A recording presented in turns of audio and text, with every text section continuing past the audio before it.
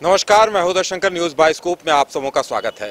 दुमका की मासूम नाबालिग अंकिता अब नहीं रही।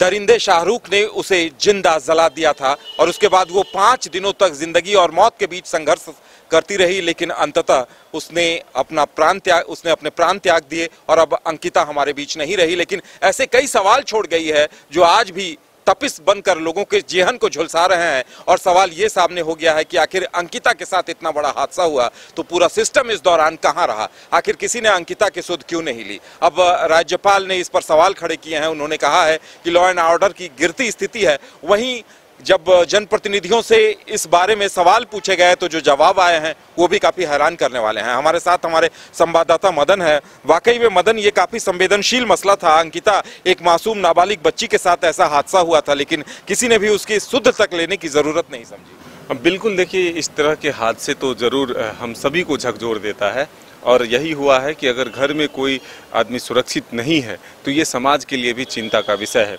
अगर हम लोगों के बीच ही कोई इस तरह का इंसान रहता है जो अपने घर में सोए हुए अवस्था में अगर कोई निश्चिंत और सेफ महसूस नहीं करता है तो फिर सवाल है पुलिस पर, सरकार पर और सिस्टम पर कि आखिर लोगों के मन में खौफ क्यों नहीं है।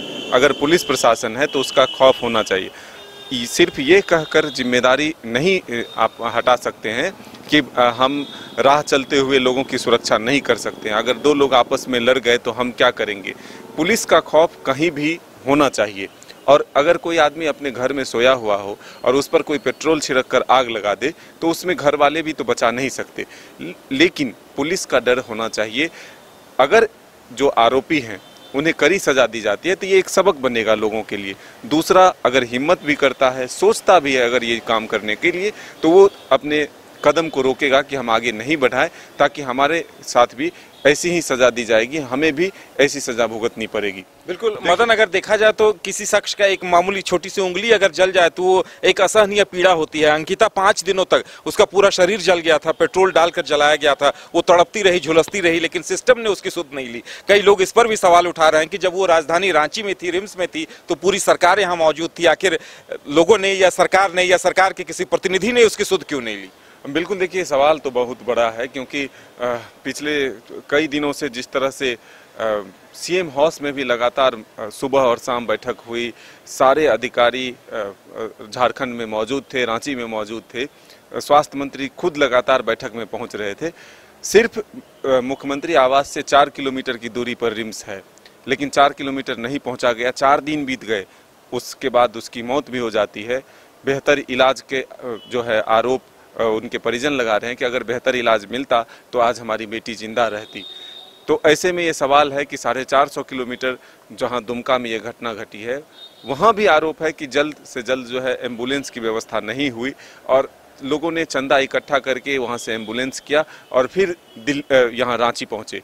लेकिन रांची में अगर वो लड़की अंकिता जो है वो अपनी गुहार लगा रहे थे कि जिस तरफ से हम मर रहे हैं ऐसी ही तरफ उस आरोपी शख्स को भी दिया जाए, तो अब सरकार की भी जिम्मेदारी है जो अधिक से अधिक कड़ी सजा जो है उस आरोपी को मिले। मदन, अगर देखा जाए तो अंकिता के परिजन अपने स्थानीय विधायक बसंत सोरेन, उनसे भी काफी नाराज दिखे। सीएम हेमंत सोरेन को लेकर भी नाराजगी दिखी कि जिस तरह से वो दूसरों के लिए आगे आते रहे हैं, उन्हें यार एम्बुलेंस से भेजकर बाहर इलाज कराते रहे हैं, लेकिन अंकिता के लिए किसी तरह की कोई पहल नहीं की गई। अंकिता अब नहीं रही, लेकिन ये सवाल सालों तक लोगों के जेहन को सालता रहेगा।